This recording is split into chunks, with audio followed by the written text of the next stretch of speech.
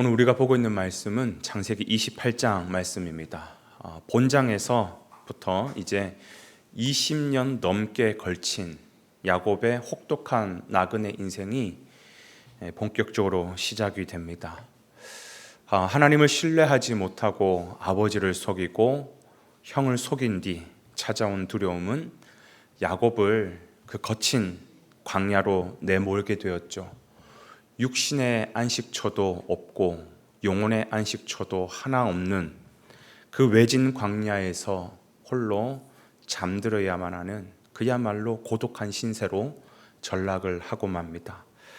그러나 오늘 본문의 말씀은 단순히 야곱이 고생스러운 세월을 보냈다, 그런 그 얘기에 초점을 맞추고 있지는 않습니다. 그런 곤경 가운데서도 하나님은 그를 사랑하시고 조건 없는 은혜와 긍휼을 부으신다. 오히려 본문은 여기에 더 집중을 하고 있다는 것이죠. 그래서 이 야곱의 스토리는요, 신학적으로 아주 중요한 내용을 담고 있습니다. 그게 뭐냐 하면 전적인 하나님의 선택과 예정, 그리고 무조건적인 은혜를 부어주시는 바로 그 하나님에 대한 모습을 우리에게 보여주고 있는 것이죠. 여러분, 사실 우리가 살아가는 사회는 어떻습니까? 모든 것이 다 조건적이지 않습니까? 내가 뭔가를 해야 받을 수 있고, give and take죠. 내가 사랑받을 짓을 해야 사랑을 해주고, 모든 것이 다 조건적입니다. 그런 관점으로 본다면 사실 야곱보다는 에서죠. 훨씬 더 남자답고 또 시원시원하고 사냥도 잘하고, 그에 비해서 야곱은 굉장히 교묘하고, 이게 인간인지 어떻게 저런 행동을 할까, 그런 야비한 모습도 있고. 그런데 하나님의 관점으로는 에서가 아니라 야곱이었다는 것입니다. 하나님, 이유가 뭡니까? 이유는 알 수가 없어요. 그게 바로 주인된 하나님의 절대적인 주권이라고 하는 것입니다. 사실 이걸로 기독교가 많은 공격을 받게 됩니다. 너무 불공평한 거 아니냐? 그런 게 어디 있습니까? 하나님, 그런 게 기준이 됩니까? 어떻게 자기 마음대로 하십니까? 라고 얘기를 하겠지만, 그러나 성경의 초점은 뭐냐면 그래서 이게 은혜라는 거예요. 은혜.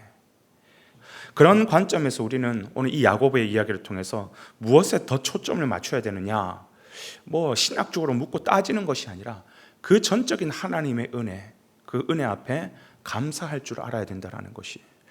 그래서 여러분, 하나님의 택하심을 입은 백성들은 절대로 환난 속에서도 무너지지 않습니다. 오히려 그 환난 속에서도 무엇을 경험하느냐? 살아계신 하나님을 경험합니다. 한번 보십시오. 오늘 야곱이 인생 처음으로 자기 인생을 주관하시는 하나님을 만나게 돼요. 어디서요? 넉넉하고 여유롭고 편안한 그 환경에서요?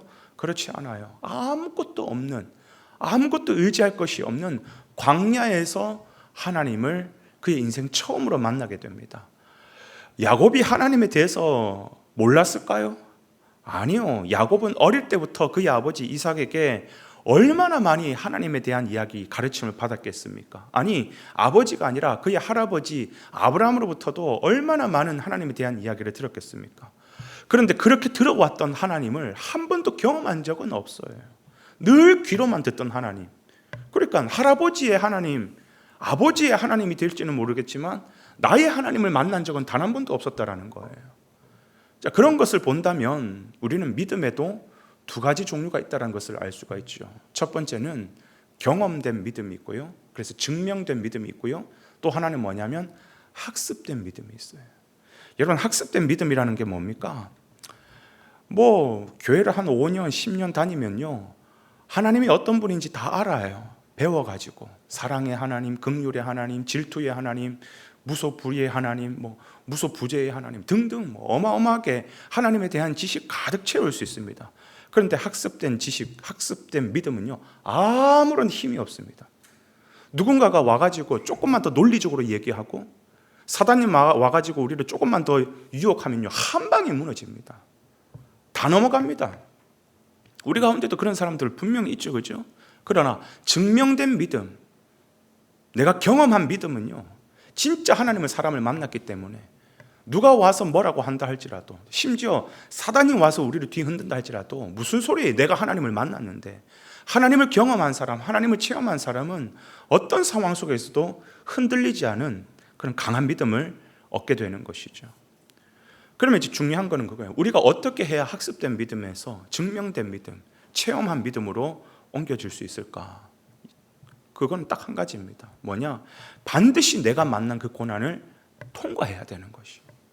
내가 지금 당하고 있는 것이 어두컴컴하고 앞이 보이지 않는 그런 동굴 속이라 할지라도 끝까지 가서 거기에 계시는 주님을 만나야 내 믿음이 학습된 믿음이 아니라 증명된 믿음으로 바뀌는 것이에요. 때로는 내 주변에 아무것도 없어요. 의지할 게 없어요. 붙잡을 것 없어요.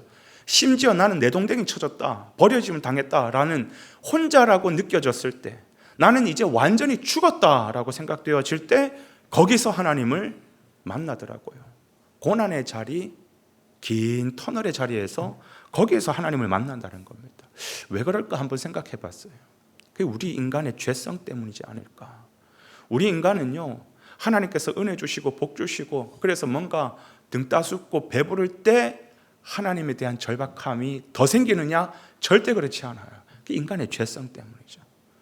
그래서 하나님은 우리에게 더 많은 은혜와 더 많은 복을 주시기를 원하지만 거기에 대한 우리 인간의 죄성에 어떤 반응이 일어날지를 아시기 때문에 때로는 하나님은 적절한 은혜 가운데 또 적절한 고난과 또 때로는 어려움을 병행하신다라는 것이지요. 여러분, 야곱의 인생도 마찬가지입니다.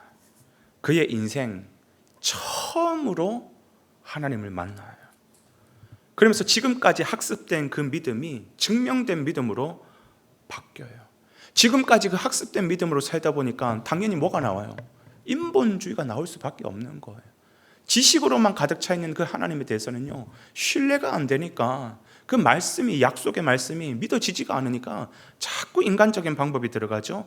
그러나 자기 방식, 자기 꾀로 살았던 야곱이 빈털터리가 되었을 때, 아무것도 없는 그 광야에서 홀로 외롭게 밤을 지샐 때, 그때 하나님을 만나게 되죠. 그리고 하나님 또 무조건적인 은혜로 그 야곱을 찾아와 주셔서 만나 주시고 그 야곱에게 약속해 주시죠. 내가 너와 함께 끝까지 할 것이다.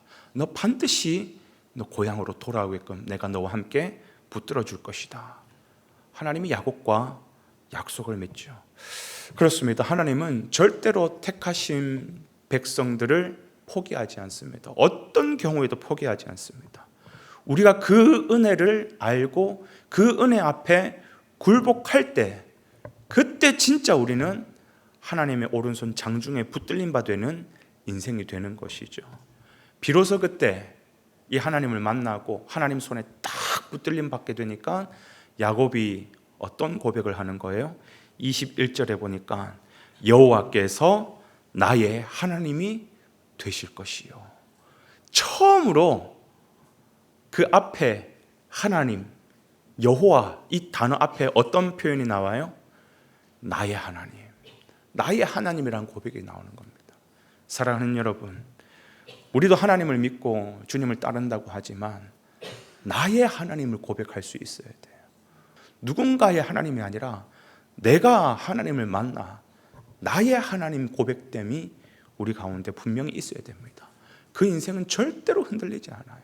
심지어 사단이 와서 우리에게 거짓말로 흔든다 할지라도 흔들리지 않습니다.